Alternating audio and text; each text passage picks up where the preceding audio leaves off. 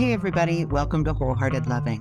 Today we're speaking with Aleksandra, a caller who's looking for some support around big fears coming up, living in a new country, being away from family, and especially from her mom who has a terminal condition that the family has been managing for the past 10 years. The prompts we use with her are prompts you can use in your own life, whether these are the same challenges you face or not. There are lengthy pauses while we deliver prompts and she feels her way through how she wants to answer. We have left these in on purpose. These are great opportunities for you to slow down and feel into your own body and your own responses as they come up. So let's get into it. G will start us off with a body self-connection practice. Let's take a moment to feel your butt on the chair and notice your breath. And we'll take your right hand and place it under your left arm. And your left hand, and you can place your left hand either on your right shoulder or on your right arm, whatever feels good for you. And this is a gentle hold that we're giving to our bodies. And if it feels good for you, try letting your head and neck hang. So just letting your head drop and be here for a few breaths.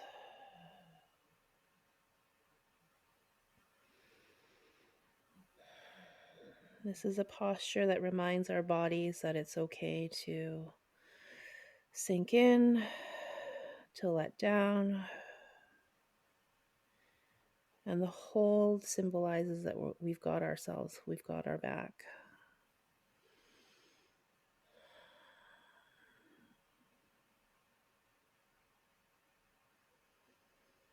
Just notice how that feels.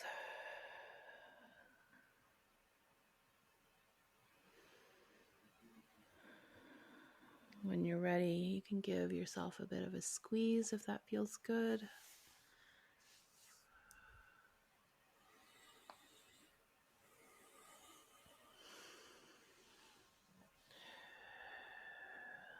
And Aleksandra, I really want you to follow your own body's impulse for when it's time to emerge. If it's not time to emerge yet, let yourself be in this hold.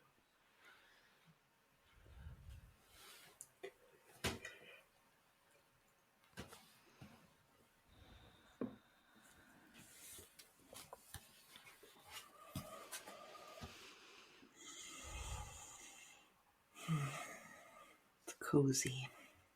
And slowly let your eyes get acquainted to your space, right? So find a few things to look at.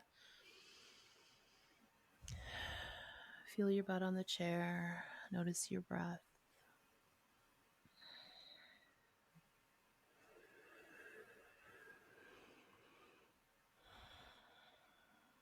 And then when you feel ready, then we can bring our attention back to each other.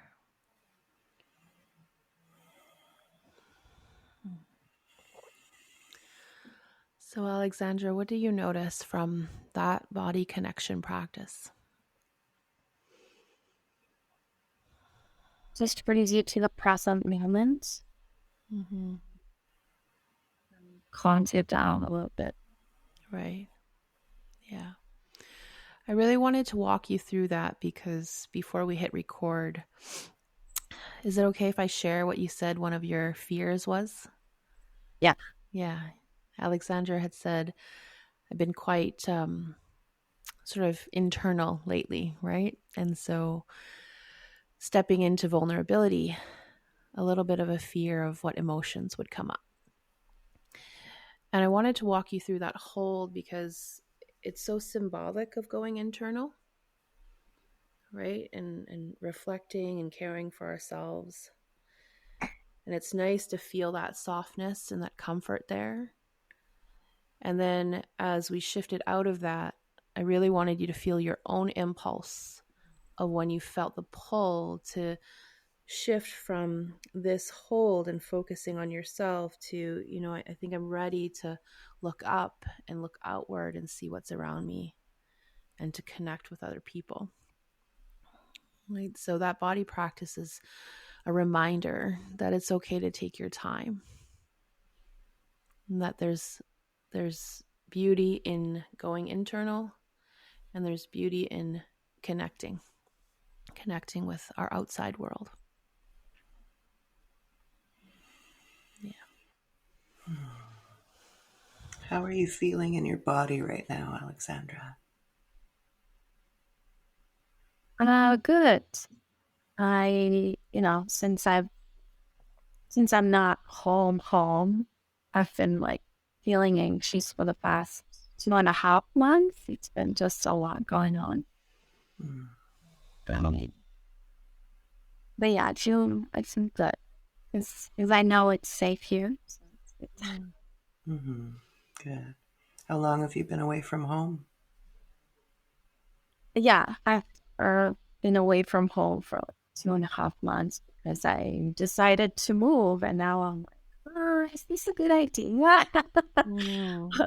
Like, maybe I should have thought before coming, because I just sometimes feel like maybe I or I can say that, like, I thought it's a good idea, and then I'm thinking now that maybe my nervous system can't handle it. Okay. Yeah. So you had an idea, you went with it, and now you have some information. Yeah. Right? Yeah.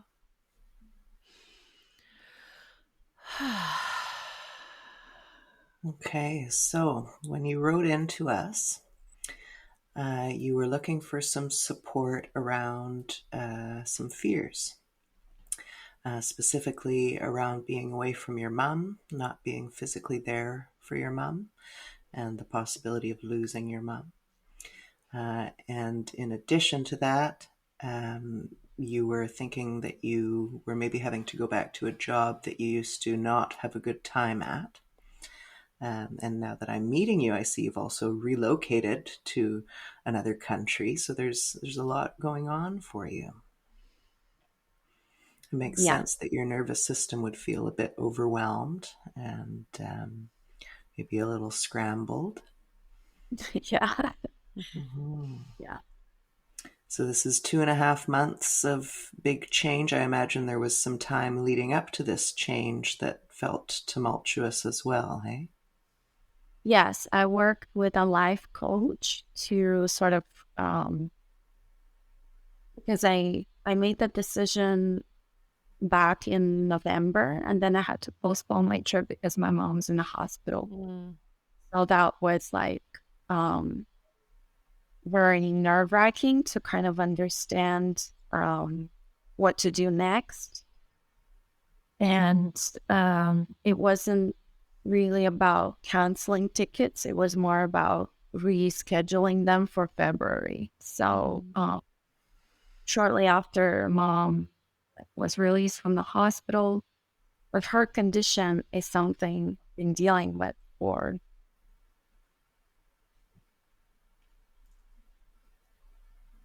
good 10 years, maybe. And it's not something that is curable.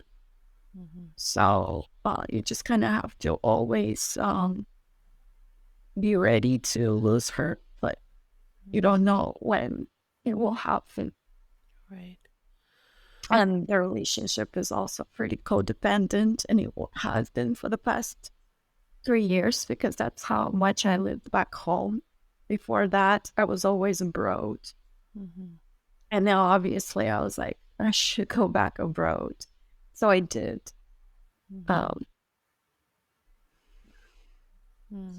Thank you for sharing that with us.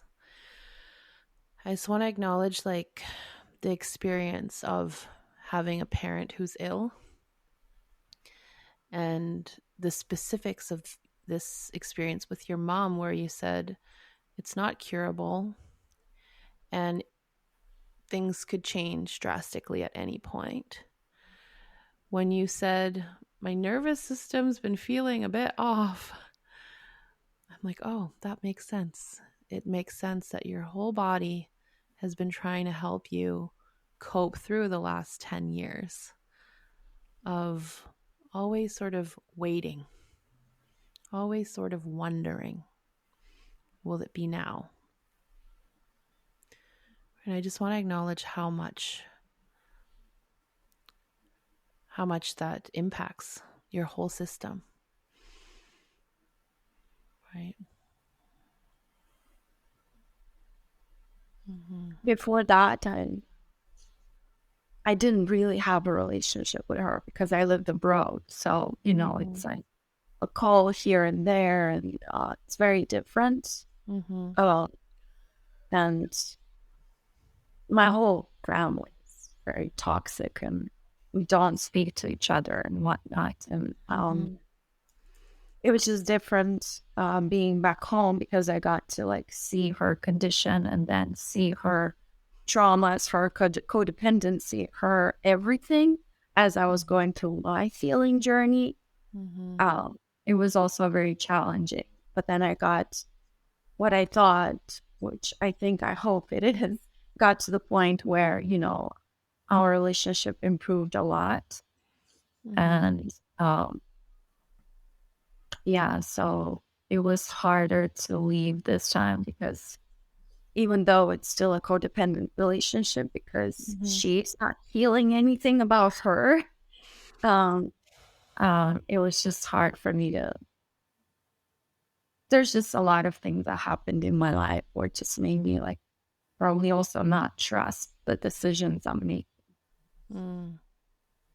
Right. That's hard. There's the technical individuating that we do when we leave home.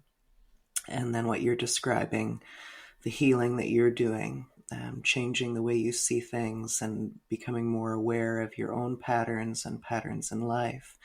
It's hard to see other people and see a bit more clearly and know that there isn't really change there, but now you've changed. You're individuating at this deeper level, and it's a really powerful time. You're also facing, the reality of motherhood, and the feminine is that we bring forth life, and by doing that, we condemn everything we create to death. Just by the act of living, we all have this terminal condition, and we distract ourselves from it in so many different ways. And the more we come to realize that our lives are our own and they're finite, and our relationships are important to us, and healing is important to us, it adds these new layers of dynamic with our parents and with the way that we face our own mortality and their mortality, and all of that brings up. So it makes sense that you're feeling challenged and confused, and it also makes sense wanting to be away and wanting to be home at the same time. That's a lot of internal conflict. Yeah. I see you in doing some really important work here, in that it's one thing to move abroad away from parents, and that creates the physical distance, and we can sort of live our life and not have to face the reality of maybe how our parents are doing and what's going on with them, and not have to experience that, how we come together, right? You're in a position now where your mother has been ill, and from what I feel from you, what I've heard from you, you want to support, you want to care.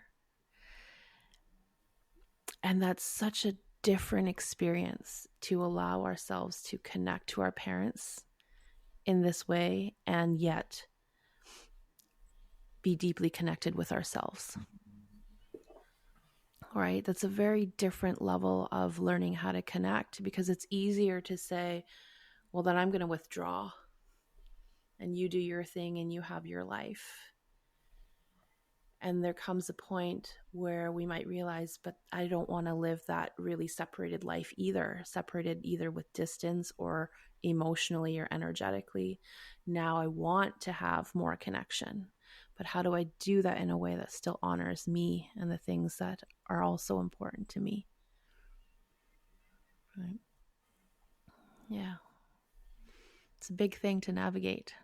And my sense is you're going to have more of those experiences where you're like, I had this idea and I tried to do this, and then I realized that.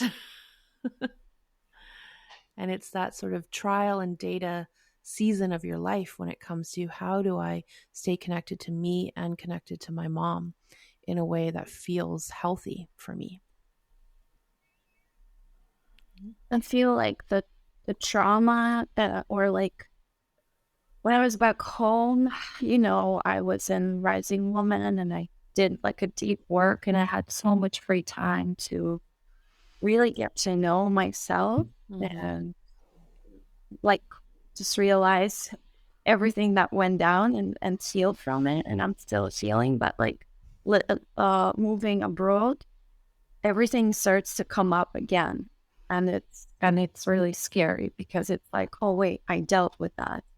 But it doesn't feel like that anymore because I would like support from her, but there is none, and I know why, and it's okay.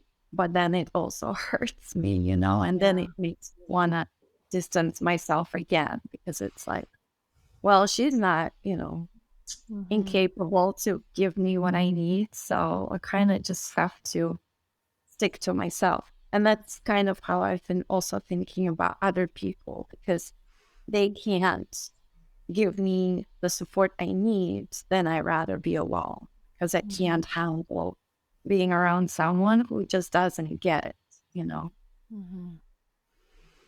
That's very relatable.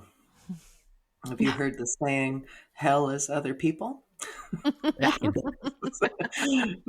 the thing is that heaven is also other people. So it's very difficult reaching these new layers of ourselves and discovering how it feels good to interact. You're in the middle of a process. I think that's where sometimes we can be hard on ourselves because we might have done some healing work and some growth work and really feel more at peace. And then circumstances change, environments change, and we experience the next layers of grief, the next reminders. Yeah. What do you notice there, just hearing those words?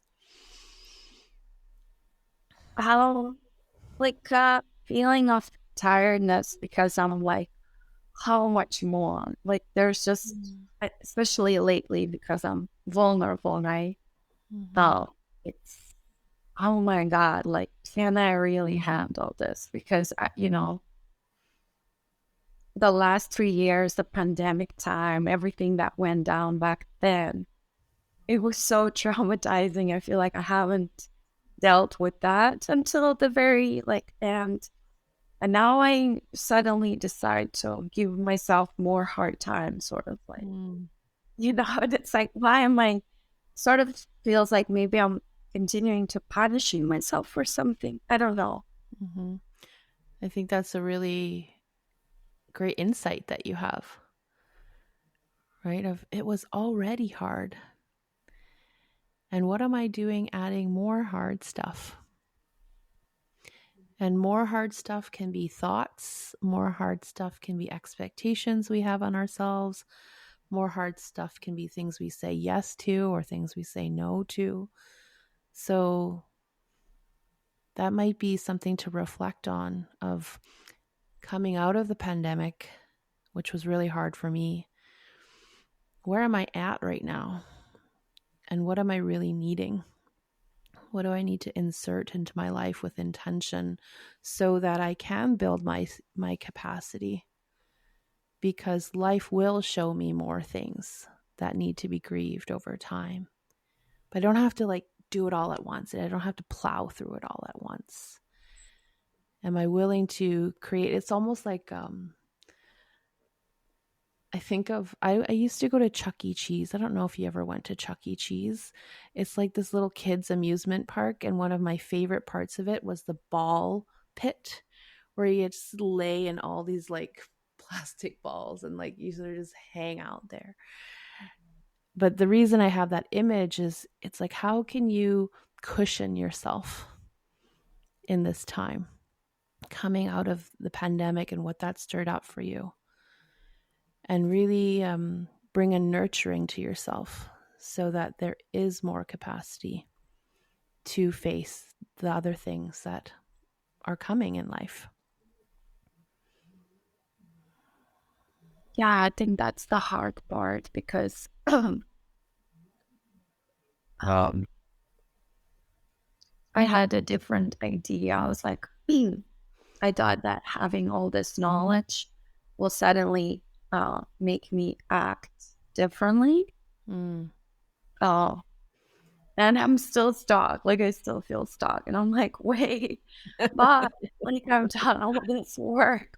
Isn't that supposed to change, my life? Mm-hmm. And it hasn't been able to, like when there's an opportunity for me to go out and meet people, I'm like, yo, I'd rather stay back, stay at home, rest. When there's an opportunity to, whatever it is, I'm just like falling back to what I know is safe. It's not healthy, but it's safe. And I just want to go there instead, like safety, like, and Well, safety to me is like being alone, like just alone. but you've also just relocated to another country. It could be argued that you're not just staying home. You're making quite big changes in your life.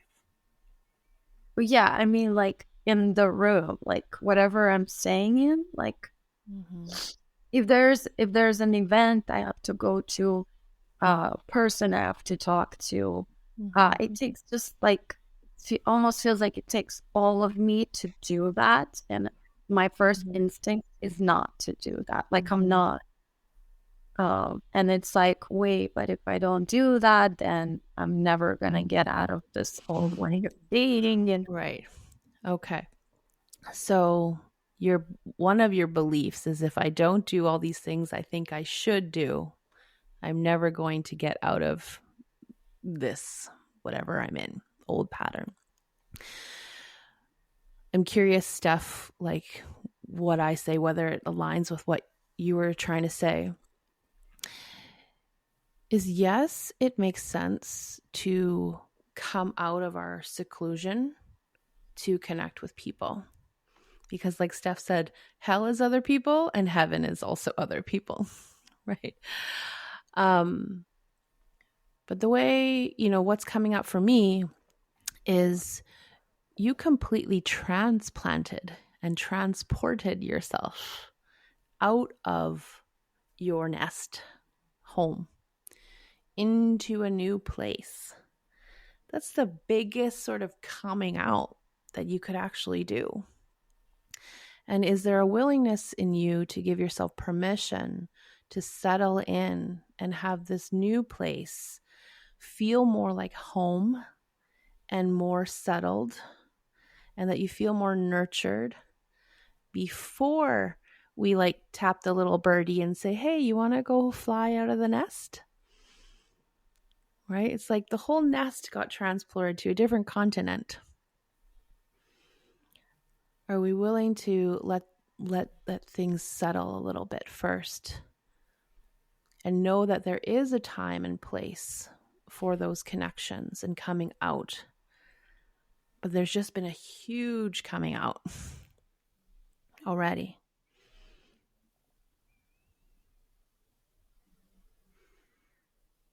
I know I haven't even thought about it that way, because to me, like moving somewhere, it's like, oh, No big deal.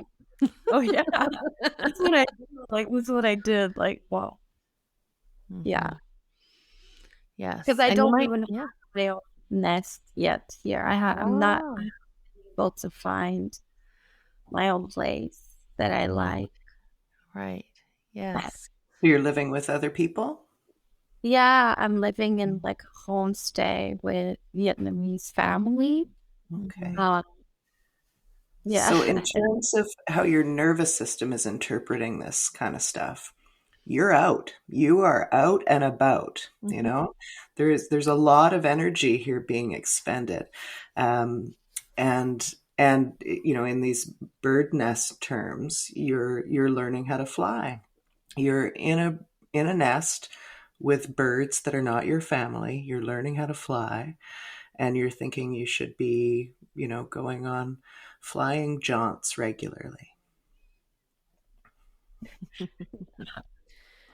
I'm curious what your energy feels like it's for right now. If you put aside all the shoulds and all the ideas you have about what a person ought to be doing, what does your energy feel like it's for right now?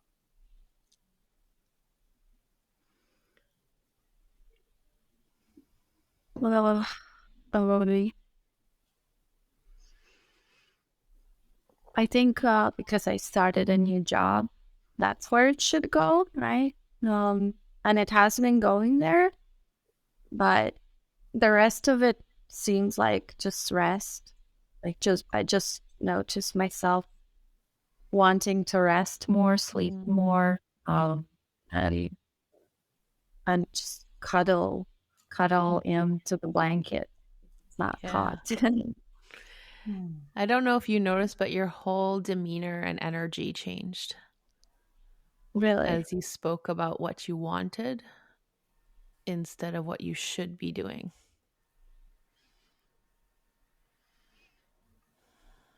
So that's what happened to me back home when I was during the pandemic. Right. Yeah, it was a hard time, but I was able to do whatever I want. Like I had the whole time in the world for 3 years, just whatever I want. And now it's more like, oh, things I have to do, things I should do.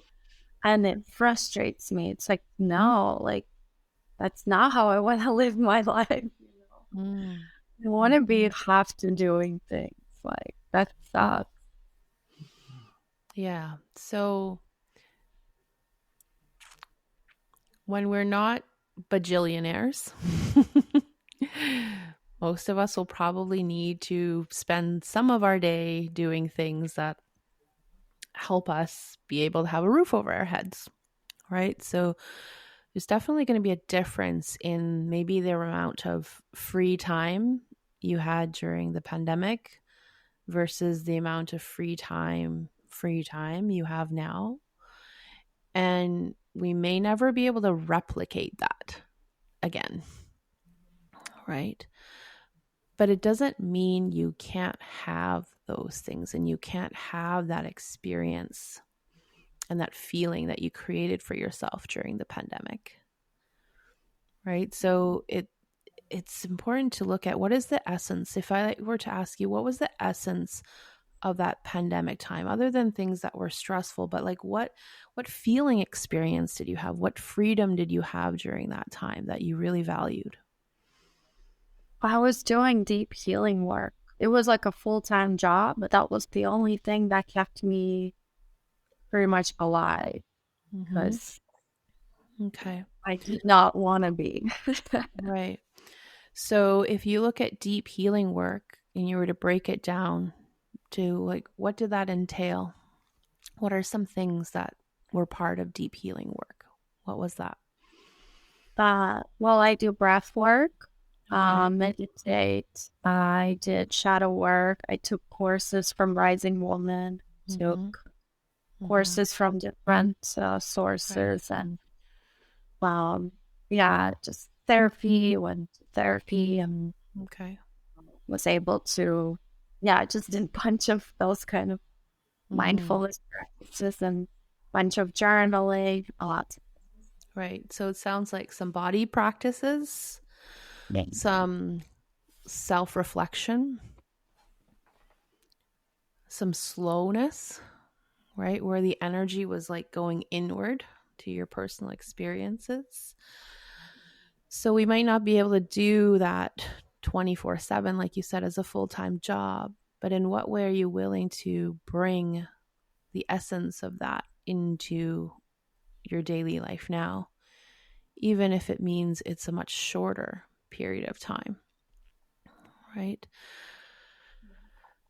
The reason I bring this up is it's sort of rooted in Marshall Rosenberg's work, Nonviolent Communication. Are you familiar with that at all, Aleksandra?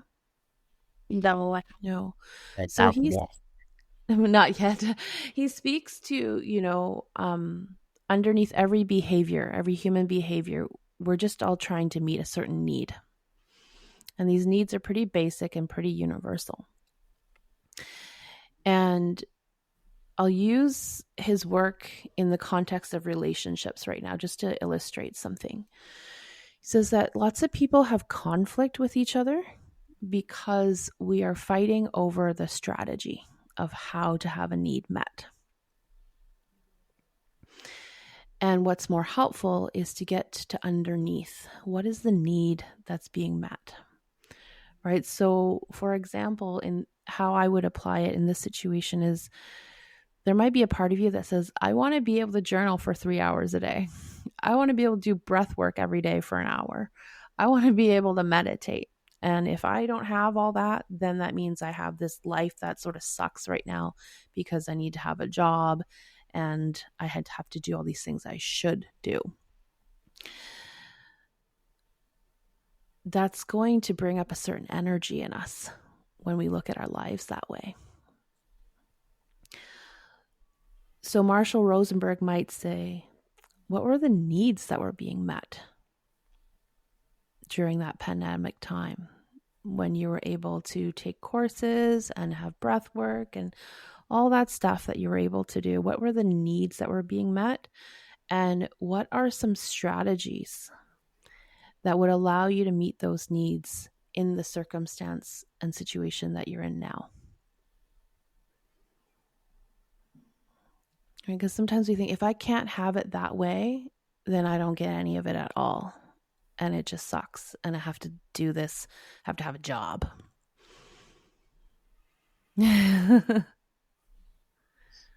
Yeah, I have been doing, but my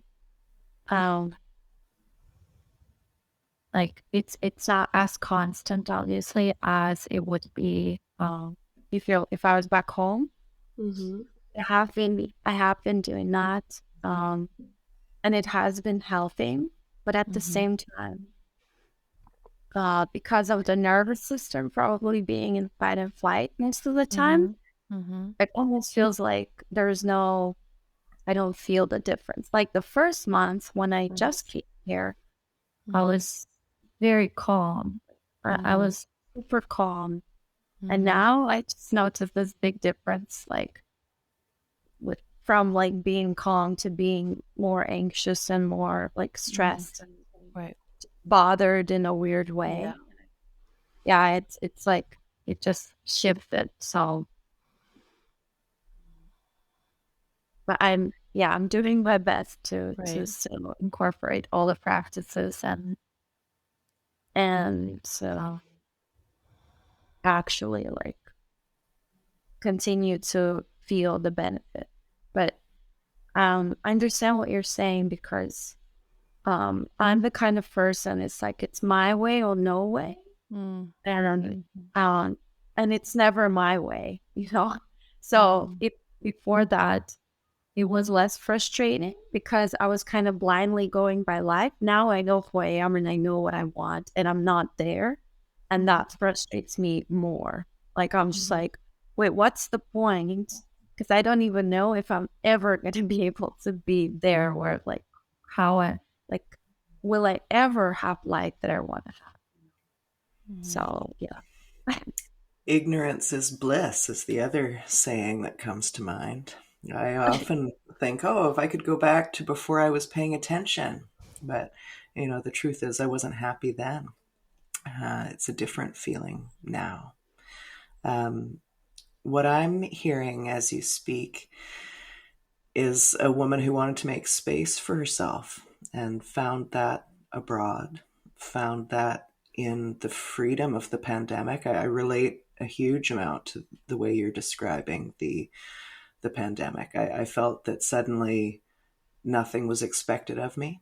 I could focus on specifically what felt good to me. I found my habits became healthier as a result of that. Um, and when you're moving abroad, and when you're looking for space for yourself, maybe within the family system that still exists within your mind, it makes sense that you'd be wanting to go inward. And it makes sense that you'd be feeling frustrated if part of you is thinking you should be going outward, or is having to because of things like work.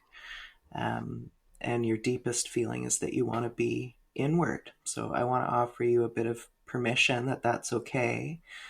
There's no hurry, there's no timeline.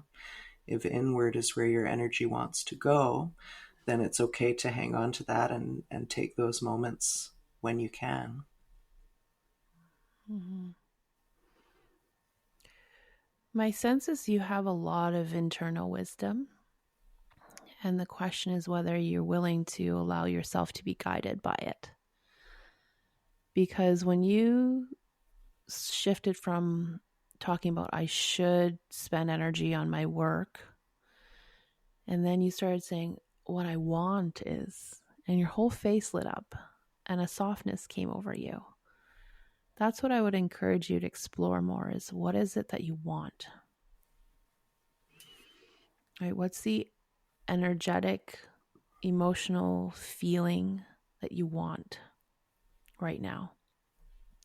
That you want to give yourself permission for maybe the next month or 2 or 3 to really cultivate that experience. And my sense is you know what you want.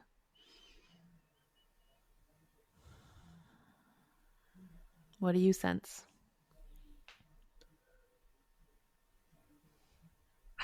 Yeah, I do know what I want. And just try my best to get to that point.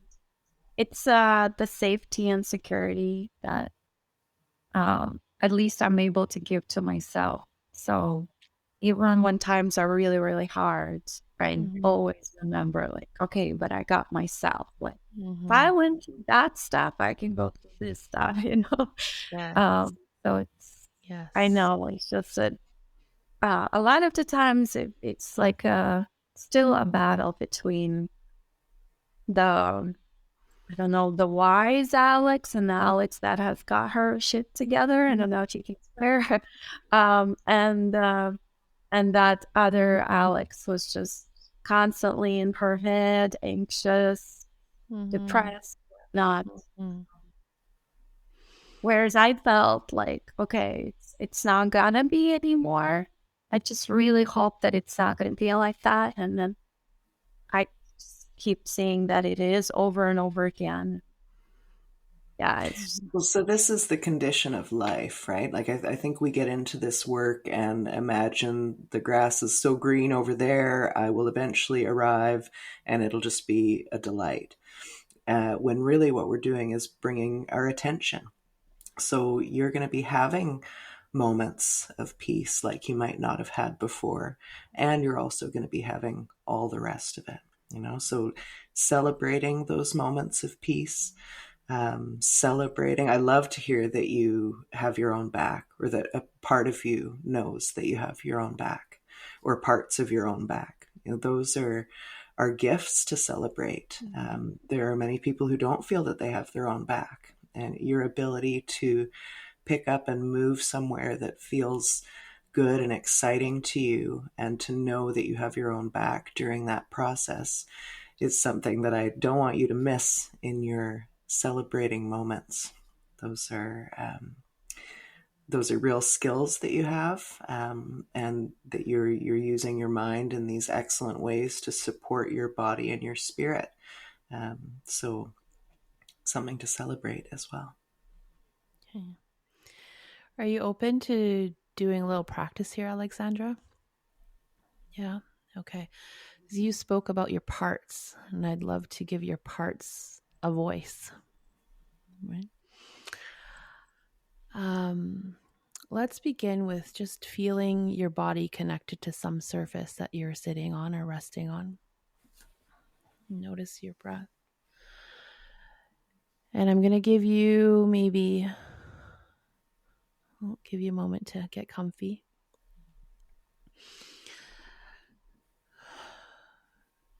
I'm going to give you a prompt to use and just complete with whatever comes up. What I want is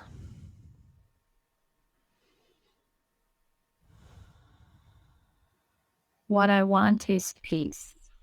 okay, and I want you to feel your butt on the chair and just notice that desire. Notice how it feels in your body to claim that desire of what I want is peace. And can you connect to that feeling in your body, that desire for peace? Yeah, okay. Now we're going to go to the scared part of me tells me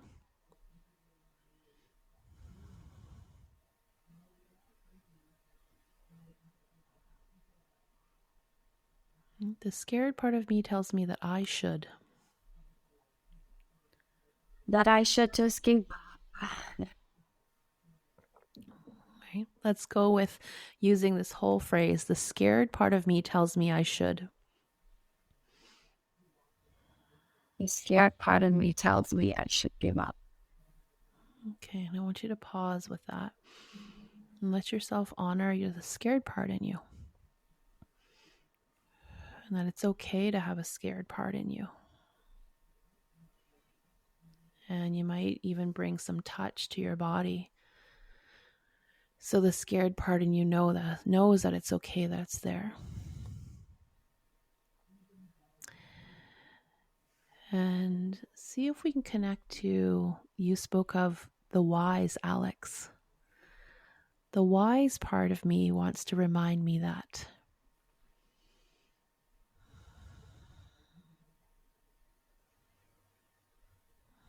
The wild part of me wants to remind me that it will be okay. Okay. Let's pause with the wisdom from the wise part of you and let your body feel that. Right? And if you need to say it a few times, you can say it a few times to let your body connect to those words. The wise part of me wants to remind me that. The wise part of me wants to remind you that it will be okay.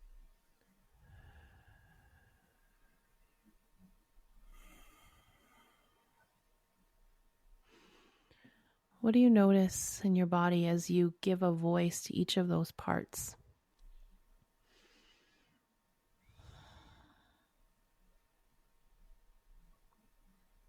When I go to the scared part, I feel like the throat just easing and like wanting to cry.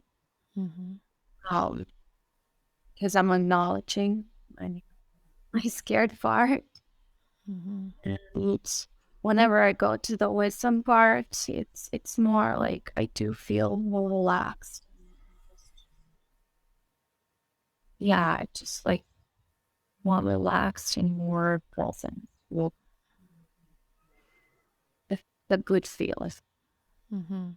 So you're a very powerful woman.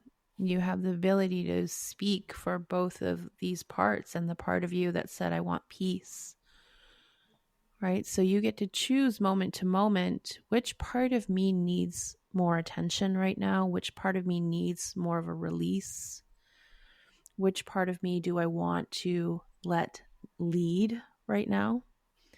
Right? Because you might notice, hey, the scared part of me needs more space to say all the things that I feel scared about and to release the tightness and release the tears. But there might also be moments in your day where you notice, hey, I want to acknowledge that there's a scared part of me. And right now I want to tap into the wise part of me that reminds me everything will be okay. It's okay to be scared and everything will be okay. And you get to choose moment to moment which part needs that voice. Right? What do you sense right now? Which part of you needs some space to get to say some things?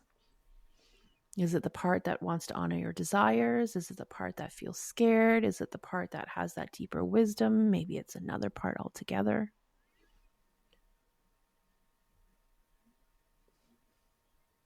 I think it's like giving more space to feel the feelings of fear, mostly fear, and constantly remind, which I have been doing, that the only way to gain trust is to keep trusting yourself. There's no other way.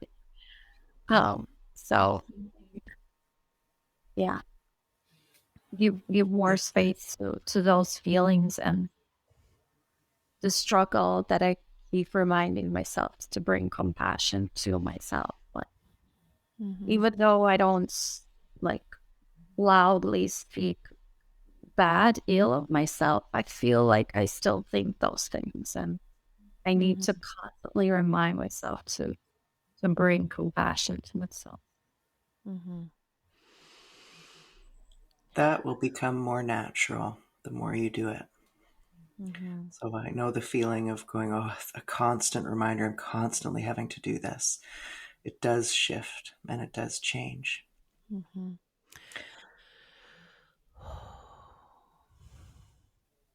I want to say something about the energy you mentioned. In your first month, you felt clearer and more peaceful. And I think there's the natural change energy. You know, we get some good energy from making a big change in our life, being in a new place. And I want to acknowledge the challenges that you're feeling with your energy. And I also want to highlight that we are affected by the other energy around us. So it's not just you, it's not just you in your room starting to feel and think different ways. There's whatever's happening cosmically and interpersonally, and just at this time in your life, at whatever season you're in. So for me, that's a fortifying knowledge to have, because I can remember it's not just me here. I'm living in this larger system, and within that I've got these tools that I can use to manage whatever's coming up for me and whatever ways my different parts are feeling, like just like you did here today, just like you're doing with all of your work. But having that larger context helps me, and I hope it helps you too. It does help me. I just read that it's an eclipse, and I have some placements of the corresponding signs, and I'm like, oh yeah, maybe it's just also all of this was going on, and that's why I'm like that. That'll be part of it for sure. Yeah. Yeah. It's funny how, if we feel anchored in astrology or whatever different system we place some trust in. If the astrology says, oh, there's eclipse and, expect this, or, this might be happening, we're like, oh, okay, I'm not crazy. Thank you. That feels good. Maybe I will let myself feel scared or sad or, hibernate for a while. And essentially, what all of that is saying is there's a part of me that just wants permission to feel what I feel and want what I want. And if it comes from astrology, great. If it comes from a grandmother on the street, great. If it comes from petting a dog, great. But really, that's what we're all craving, is to know like, oh, I'm not crazy. Like my feelings are okay. They make sense. They're valid. The things I want are allowed. Right. And all of a sudden we're like, oh, good astrology report. I'm allowed to lay in bed a little longer. Right. Right. Do you sense that too, Aleksandra? Yeah. Yeah. Yeah. I'm curious whether you want to use this time to give your scared part some more space to have a voice, or if there's some other pull that you feel more strongly towards. Yeah, scared but voice. Okay. Scared part. Okay. Let's begin that by just letting scared parts say what it needs. The scared part of me needs.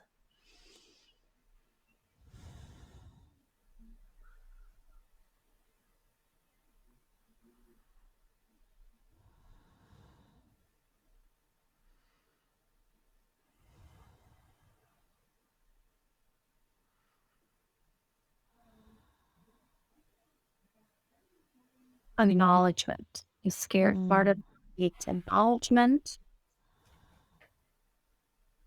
Art.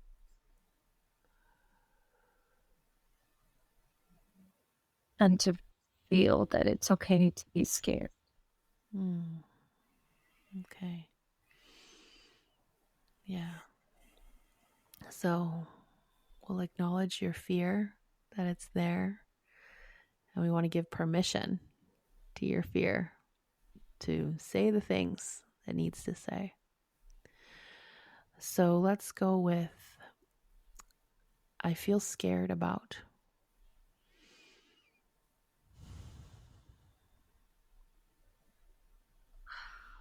Well, I feel scared about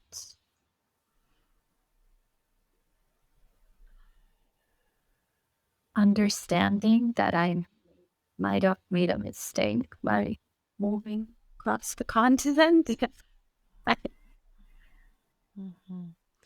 So just pause with that fear and see if your body is open to any nourishing, gentle touch.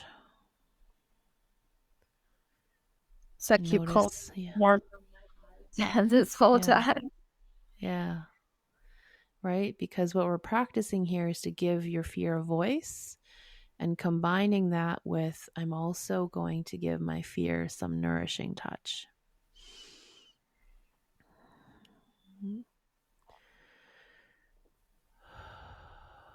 So when your body feels ready, then you can use that prompt again. I feel scared about.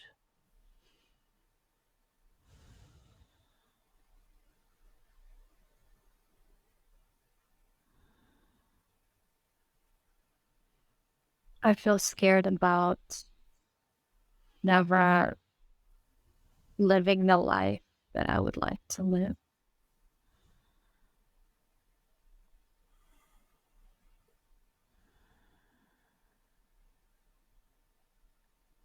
Yeah. And just keep going with that prompt when you're ready. I feel scared about.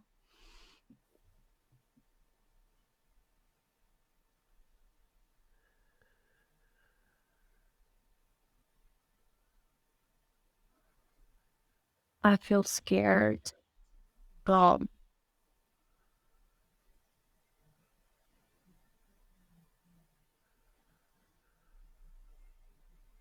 feel scared about so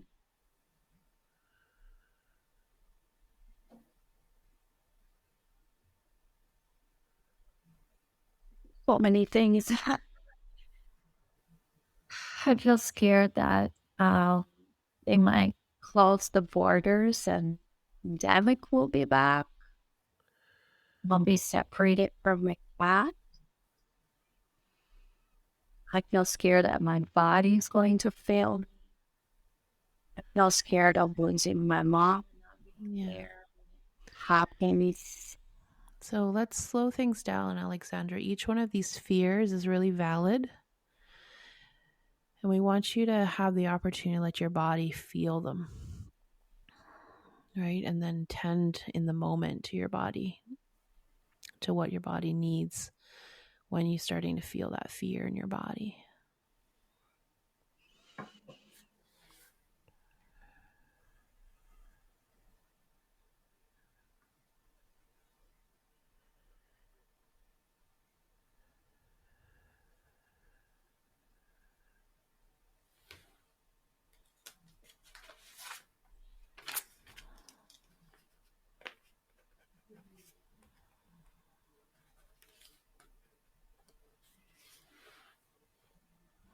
So if there's any of those fears that you're like, let me just say that one more time, see how that feels in my body, please go ahead. Or if there's other ones you want to give a voice to, please do so.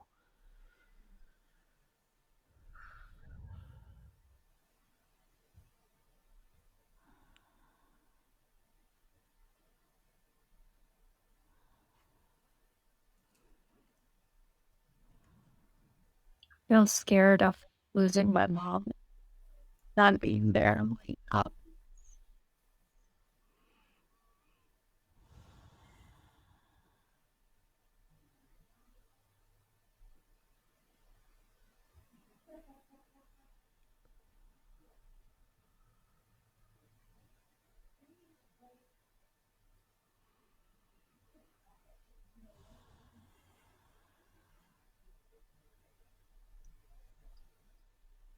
It's such a big feeling, that fear of losing a parent or parents or caregivers. It's such a tender, childlike feeling.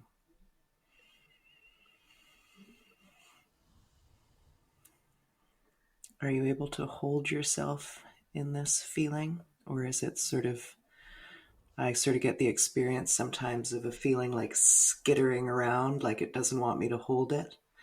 Um, do you feel like you can be with this fear and hold your inner little girl in her fear?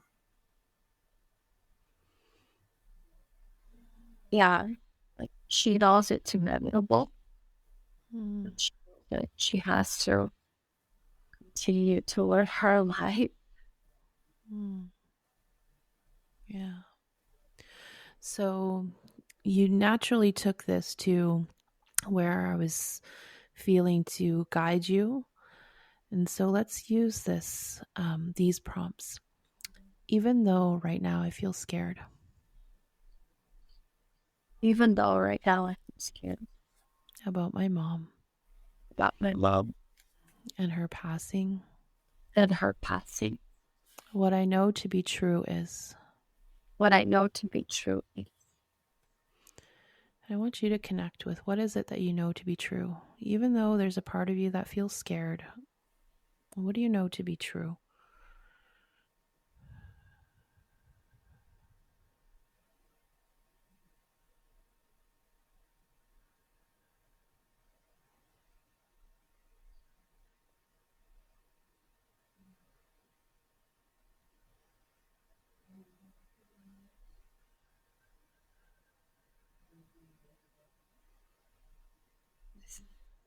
nothing comes. Mm-hmm.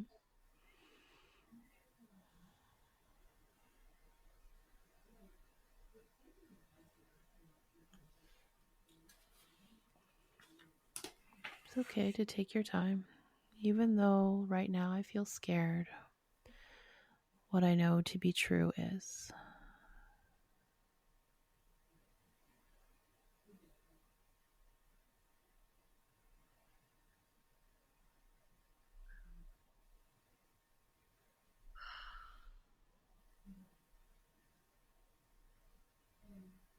Or feeling scared is part of being human.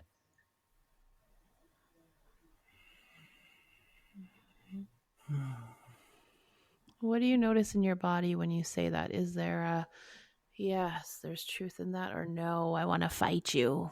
I don't believe you fully. The fighting, The fighting, okay. So, how about this? Even though right now I feel scared,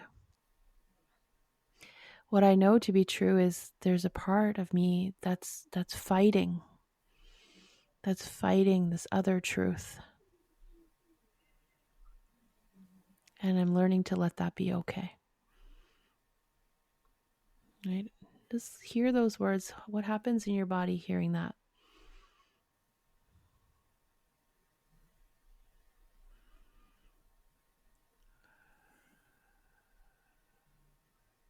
still fighting.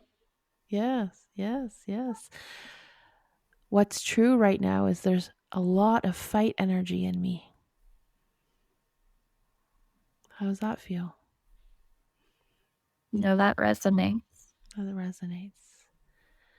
There's a lot of fight energy in me, and I'm learning to let that be okay.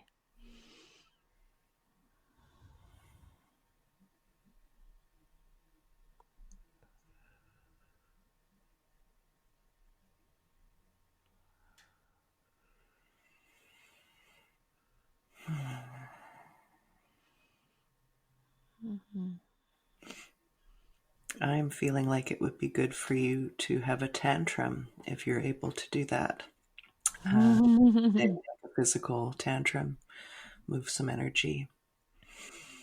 It's terrifying and infuriating that we can't just be cared for and fearless, you know? And we hold a lot of that energy within us. And letting that out through a physical tantrum is a powerful exercise. Yeah, I've been wanting to do that, but like haven't been having opportunity to, since there's other people around and there's like no woods nearby. You Yeah. can just swing by and go yell a bit. Right. Would you be open if we walked you through a tantrum that works when it's in the middle of the night and you're living with other people in the house? Yes. Okay. Gee, I'm conscious of time as well. Yes. It's now 11:10. Is this going to be the closing practice, or in addition It's to? a closing practice. It's a closing practice that's meant, Aleksandra, for you to see that there might be other alternatives to move your energy, even if you have circumstances where it doesn't feel like you can outright have a tantrum. Yeah. If you were to imagine being 5 and having a tantrum, how would you want to move your arms? Like this probably. Yeah. Okay. So I want you to feel your butt Thank anchored you. on the seat and just move your arms and notice your breath. And in your mind, you can say whatever you wanted to say at 5 or now.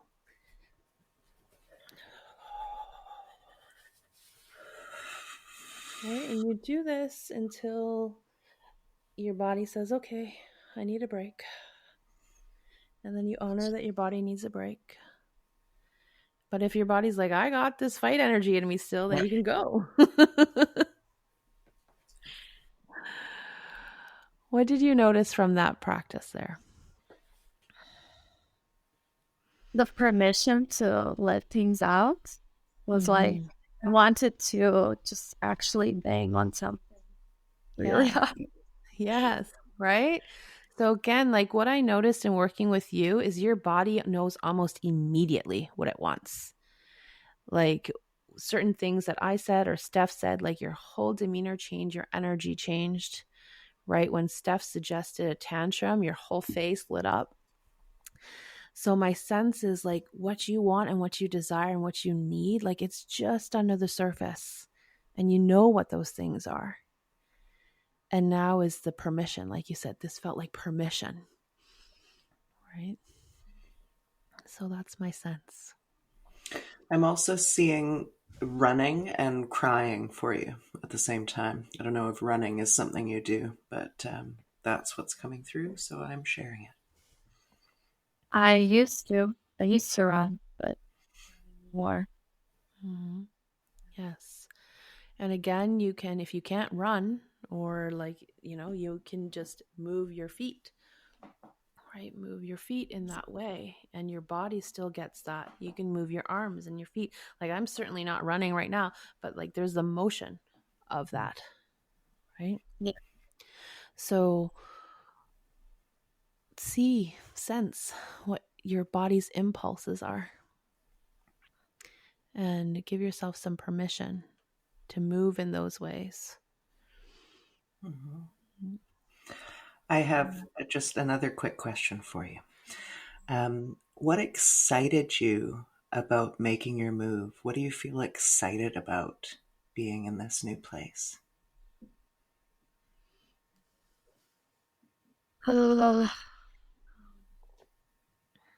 I just wanted to change of scenery. I thought that it's kind of what I did my whole life. And I thought, changing scenery sounds good. Like I've been home for a while, so it's time to go again, Mm-hmm. Yeah, that was exciting. Be able to see something else. Mm-hmm. Okay. So today I would invite you to make sure you connect with that, with the new scenery and with appreciating the thing that you were looking for. that's all around you now. Mm-hmm. Yes. Yeah.